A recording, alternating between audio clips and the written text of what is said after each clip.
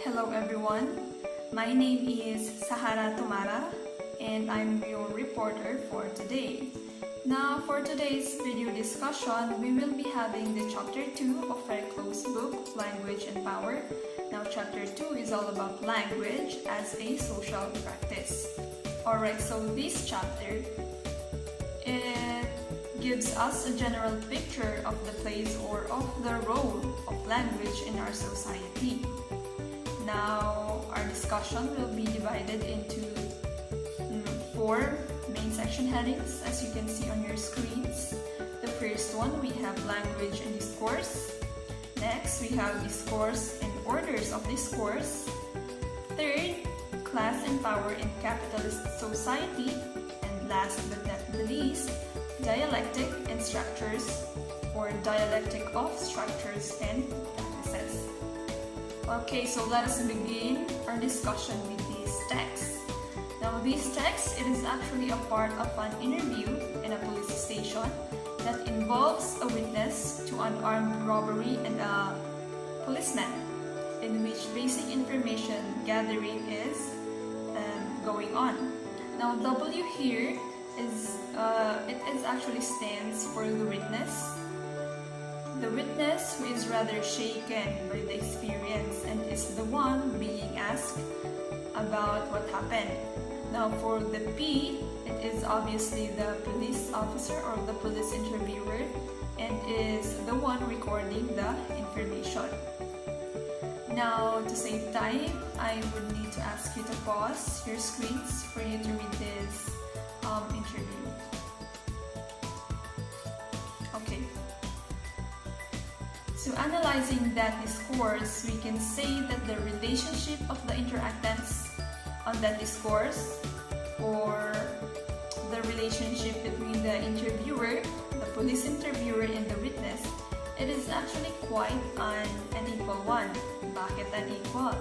Because we can see that it is the police officer or the police interviewer who is actually firmly in control on the flow of the interview. Alright, he is in control of the way interview is going or is developing, and also he is controlling on the contribution of the witness to the interview. Meaning, parang he doesn't let the witness to answer longer because he keeps on interrupting, or if mag-answer man siya ng question ng witness, super short, plain, gano'n. Okay, so the sad thing about that is that the police interviewer takes no trouble in mitigating the demands he makes of her. Hindi man lang nag-effort yung police para maging less straightforward or less direct ang kanyang mga questions, because some questions might be quite painful for that person who's just witnessed a violent crime, no? Or in this case, an armed robbery. So again, he takes no trouble in mitigating those questions. Thus, the questions that were asked, as presented on that discourse, are never mitigated. Just like the number 1. Here, refer to the question number 1. It could have been mitigated. It could have been less straightforward, or maybe it could have been less painful na din if the question was in the mitigated form. So instead, kung paano na-structure yung question sa number 1, if ever it will become, or if ever na i-mitigate siya, it will become, did you by any chance manage to get a good look at the one in the car? So compared to the original question, this mitigated form type of question, it is actually more polite and more, or it have a more kind approach. Okay, so also another analysis with the text, it is also noticeable that there is no acknowledgement of the answer ng answer ng witness. Okay, there is no acknowledgement for the information that the witness replies to the interviewer. Naman na thank you or whatsoever. And another feature is the way in which the interviewer checks on what the witness has said in number 7. Please refer to number 7.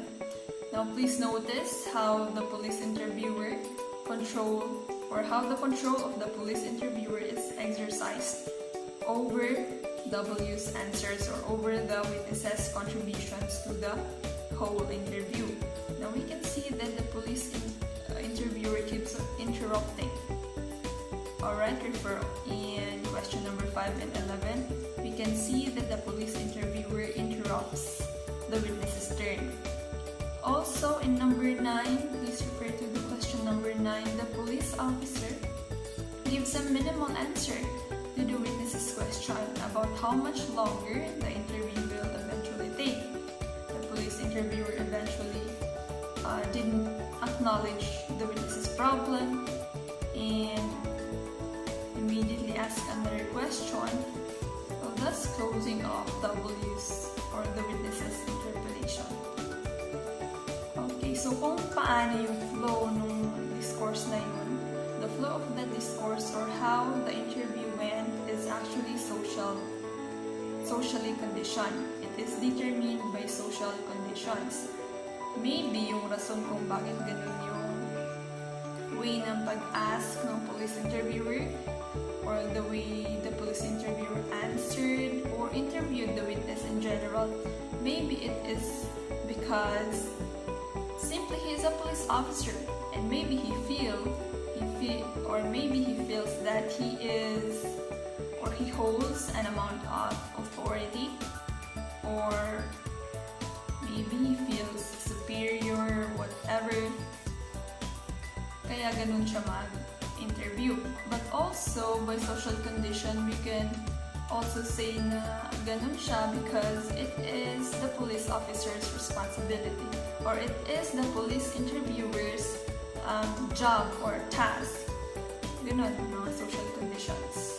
Now, this illustrates one major contention of this chapter, that social conditions determine the properties of a discourse. Okay, so language and discourse.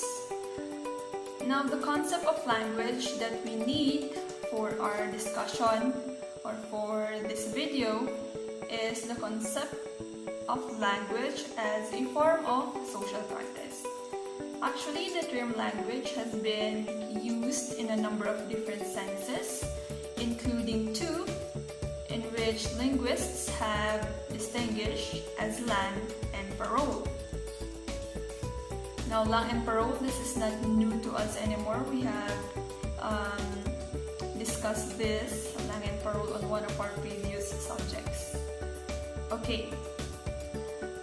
So, Ferdinand de Saussure regarded lang as a system, the system, or the code, while parole as the actual language used. Now, furthermore, he said that lang is the social side of language, as opposed to the parole, which he said that it is purely determined by our individual choices. Okay, so Saussure was fully aware that language use or parole is characterized by extensive linguistic variation. He argued that this variation is a product of individual choice. But the social linguistics did not agree with this argument of Saussure. For them, for the social linguistics, this variation is not a product of individual choice, but it is a product of social differentiation. Social differentiation in the sense that language varies according to the social identities of people and interactions. It varies under socially defined purposes. It varies under social setting, and so on. Okay, so let's proceed to lang. Now there's this definition of language that goes a dialect with an army and a navy. Now modern armies and navies are actually a feature of a nation state, and similarly it is the case also for linguistic unification or for linguistic standardization. Now this linguistic unification or standardization of a large politically defined territories or a nation state, simply, it makes talk of English, it makes talk of German or any other languages more meaningful. Now for an instance, the people in Britain, when they talk about English, what they have in mind is of course the standardized variety of British English. Now this particular spread of this variety into the we can say all parts of Britain, if not all majority of Britain. Now that spread is actually the achievement of the unification of modern Britain. It is the achievement of the economic unification, political unification, cultural unification of modern Britain. Now this economic, political, cultural unification, these are example of social conditions. Thus, from this perspective, English and other languages indeed appear to be the products of social conditions. Okay, so discourse as a social practice. Now, for everyone's information, the discourse view of language is language as a form of social practice. Now, what does this phrase precisely implies? Now, there are actually three implications. Firstly, it implies that language is a part of society. Secondly, that language is a social process. And third, it implies that language is a socially conditioned, or that language is conditioned by other non-linguistic parts of society. Sige, so ngayon isa-isahin natin sila. First one, the implication that says language is a part of society. Now, it is a fact that there is no external relationship between language and society, but the relationship between these two is actually an internal and a dialectical one. Dialectical meaning it is characterized by a dialogue. Okay, so language is and will always be a part of those society, because a linguistic phenomena is a social phenomena, and the social phenomena is also a linguistic phenomena. So, talagang hindi mo sila mapaghihiwalay, no? Because they go together. Okay, so, ano ba yung mention ko na linguistic phenomena are also social phenomena? Now, linguistic phenomena are social in a sense that whenever people tries to speak, tries to listen, tries to read and write, people do it in ways that are socially determined. Alright? And these also have social effects. Now, even when people are most conscious conscious of their own individuality, even when people are conscious or even when people think themselves to be most cut off from social influence, still they use language in ways that are subjected to social convention. Also, the ways in which people use language in their most intimate gatherings or intimate encounters, private encounters, and the likes, these are not only socially determined by their social relationships between each other or the social relationships of the family, but also they have social effects in the sense that it could help maintain those relationships and the likes. Therefore, the linguistic phenomena are also social phenomena. Okay, so let's proceed to the next one. We have mentioned that social phenomena are also linguistic phenomena. Now, social phenomena are linguistic in a sense that any language activity that happens under a specific social context, that is not merely a reflection, or that is not merely an expression of social practices, of social processes, but also those language activity is actually an actual part of those practices and processes.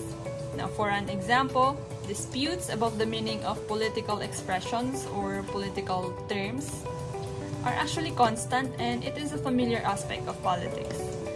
Now, there are people that sometimes explicitly argue about the meanings of words related to politics like democracy, nationalization, imperialism, socialism, liberation, terrorism, and many other more. Now, more often, these people use the words in a more or less pointedly different and incompatible ways. Now, such disputes are actually sometimes seen as merely preliminaries to or outgrowths from the real processes and practices of politics. Now, what is suggested here is that they are actually not, but they are politics. And politics partly consists in the disputes and struggles that occur in language and over language.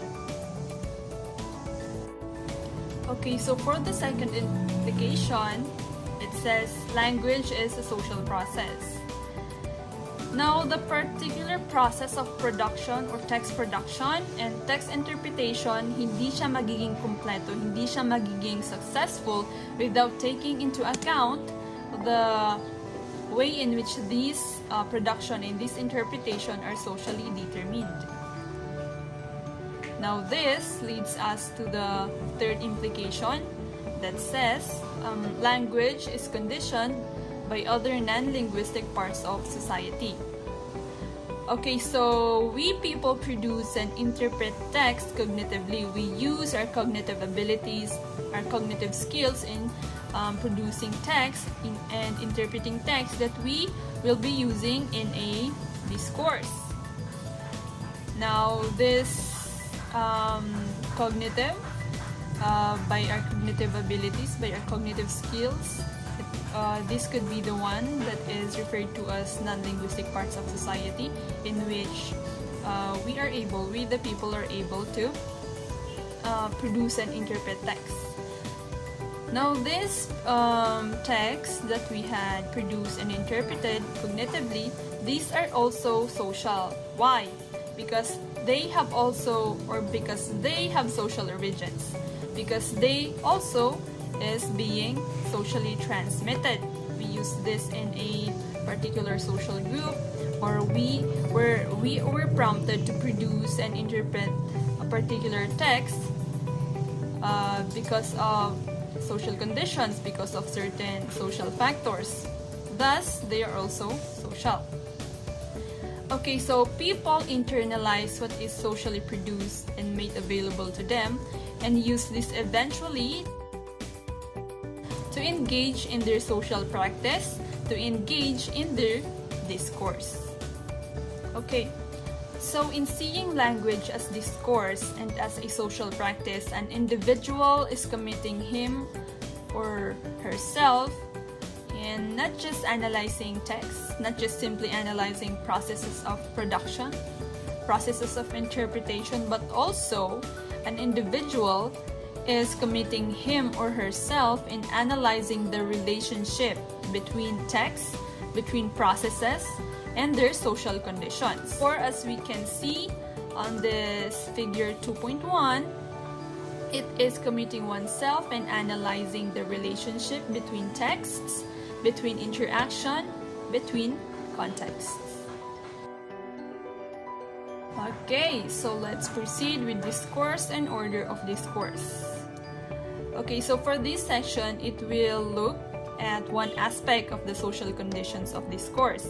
And also, it will determine that discourse by social structures, or it will determine discourse by the way in which actual discourse is eventually determined by underlying conventions of discourse. Now, these underlying conventions of discourse, this is what is referred to as the order of discourse. Now, discourse and practice, these two are actually constrained not by independent types of discourse and practices, but by interdependent networks, which we can call orders. Now, these orders, it could either be orders of discourse and social orders. Now, actually, the term social orders, it is the general of the two orders. Okay, so we always experience the society. We always experience the various social institution that is structured into different spheres of action, into different types of situations, and each of which has its associated type of practice. Now, social orders are actually structured. They differ not only in which types of practice they include, but also in how these orders are eventually related to each other, how these orders are structured. Now, similarly, when it comes to the orders of discourse, they differ in both discourse types and the way they are structured. Okay, so for example, we find conversation. Okay, so conversation is a discourse type. Okay, we find this type of discourse in various orders of discourse, in various conventions. Now, we can find this particular discourse type in various orders of discourse. Alright. Now, this is further associated with a particular various social institution. Now, that is interesting in itself, but it is even more interesting to see how orders of discourse are eventually different in terms of the relationship between conversation and other discourse type. Now, the relationship could be complementary, opposition, it could be mutual exclusion, and so on. Okay, so for an instance, the conversation, this type of discourse type has no on-stage role in legal proceedings like trial, ganon. But it may have a significant off-stage role in, for example, in the event of informal bargaining between prosecution and defense lawyers. Now, in the aspect of education, on the other hand, the discourse type of conversation, it may have approved roles not only before and after classes are formally initiated by teachers, but also it is a form of activity that is embedded within the discourse of the lesson.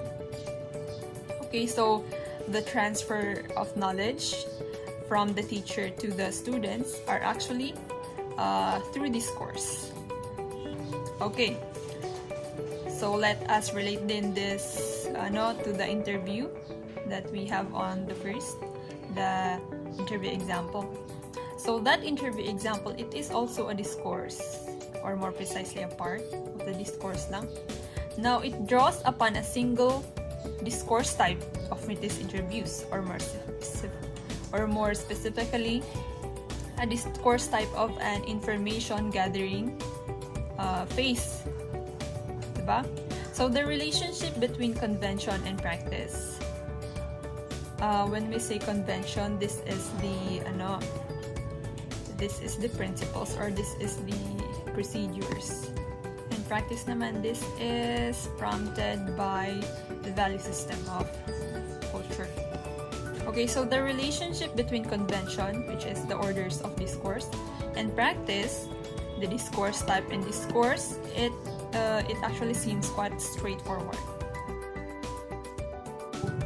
Our video discussion will be extending on class and power in a capitalist society. Now, you may ask, how does this relate to our main discussion about language as a form of social practice? Now, we have said that social conditions, it determines discourse, or it determines the language used in a particular social interaction. Now, for this section, we will be discussing these conditions, or these social conditions, at the societal and institutional levels. Now, we will be talking about power in a society, power that an institution holds, and how this power, social conditions will determine discourse. Also, the way in orders of discourse are structured, and the ideologies which they embody, because we are talking institution, no? We will be talking about power. Briefly talking about power. Okay, so we have said that those are determined by relationships of power, in particular social institutions. Alright, so in a capitalist society, the production is actually primarily the production for profit of commodities and not for public consumption. Okay, and the class relationship on which this form of production depends is a relationship between the capitalist class, which owns the means of production, and the working class, who are the ones obliged to sell their power to eventually work to the capitalist, of course in exchange for wage, in exchange for money in order to live. Okay, so let's proceed with the economic, state, and ideological types of power. Now, when we say economic power, this refers to the relationship between social classes that starts in economic production. And this relationship extends to all parts of society. Now, the power of the capitalist here, or the owner of the means of production, it depends on its ability to control the state, thus the economic power. Now, when we say state power, it includes the government. It includes the control of the police, the control of the armed force, the civil service, and so on. Now, in the normal conditions of life in a capitalist society, a whole range of social institutions like education, like the law, the religion, the media are all controlled by the state power. Now, what about ideological power? Now, this type of power, it projects one's practices as to be so-called universal, or to be so-called standard, or is the practice that is to be accepted by the society. Now, people who have this power can exercise and keep it by two ways, either coercion versus consent. Now, when we say coercion, this is the event wherein those people that have this kind of power, they coerce others to eventually go along with them with the ultimate sanctions of physical violence or threat. Okay, so may nangyayaring pagbabanta. Or also, they can also win others' consent to their possession and exercise of power. So, bali, para makuha nila yung consent ng ibang tao, they will exercise their power. So, that's ideological power. Okay, so power relations, class relations, and social struggle. Now, power relations, actually, we can see power relations between social groupings and institutions. We can see power relations between social groupings like between women and men, between ethnic groupings, between young and old, and the likes. Now, it is said that these power relations are not reducible down to class relations. However, there is no simple connection between all these groupings. Therefore, it would rather justify na i-reduce na lamang sila to class relations by seeing them as merely indirect expressions of class. Now, what we refer to as social struggle is the struggle when groupings of various sorts, like social groupings of women and men, black and white, young and old, dominating and dominated, they engage together. Okay, so I may have not mentioned that class relation is actually the most fundamental relation in the class society. But as just how fundamental class relations are, so too is class struggle. Class struggle is also the most fundamental form of struggle. Now, what is this class struggle? It is a necessary and inherent property of a social system in which the maximization of the profits and power of one class depends upon the maximization of its exploitation and domination of one another. So, bali, these struggles among classes, it arises when a particular class, for them to be more powerful, eventually they will exploit, they will dominate other in which they believe that are inferior to them. Okay, so social struggle may be more or less intense and may appear in more or less overt forms, but all social developments and any exercise of power takes place under conditions of social struggle.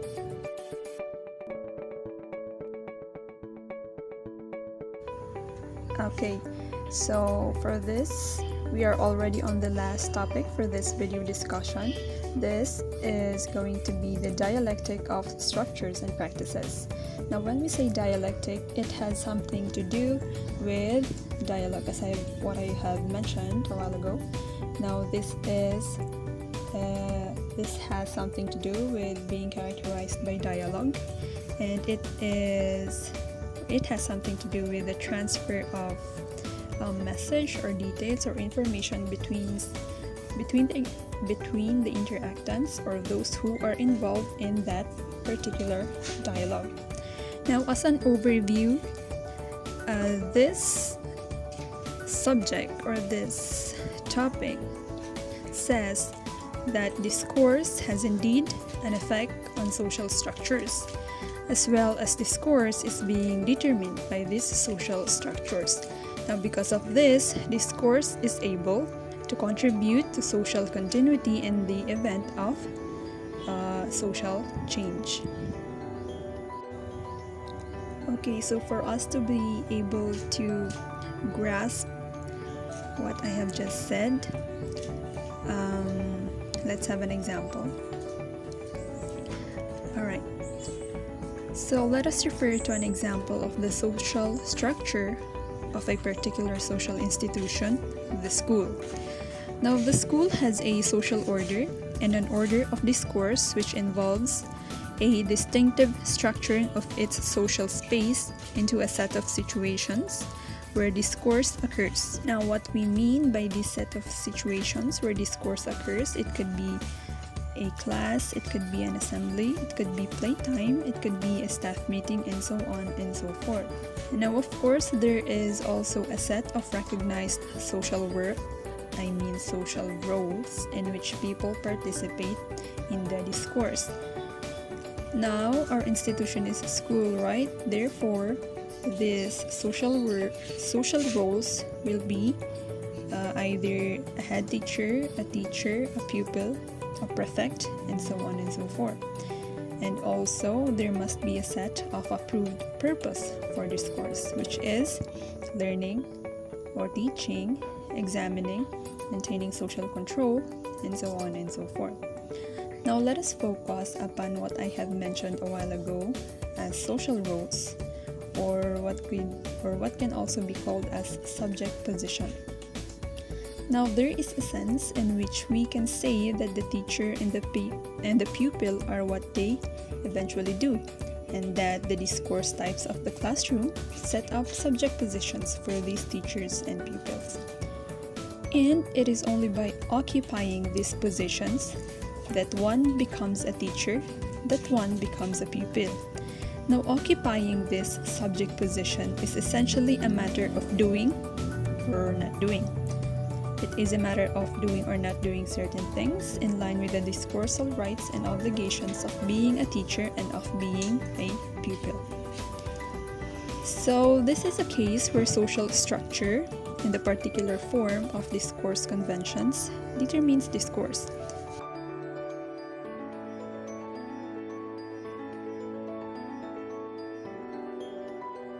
Okay, so in this video, we had conceptualized language as a form of social practice and stressed that the determination of discourse is determined by social structures.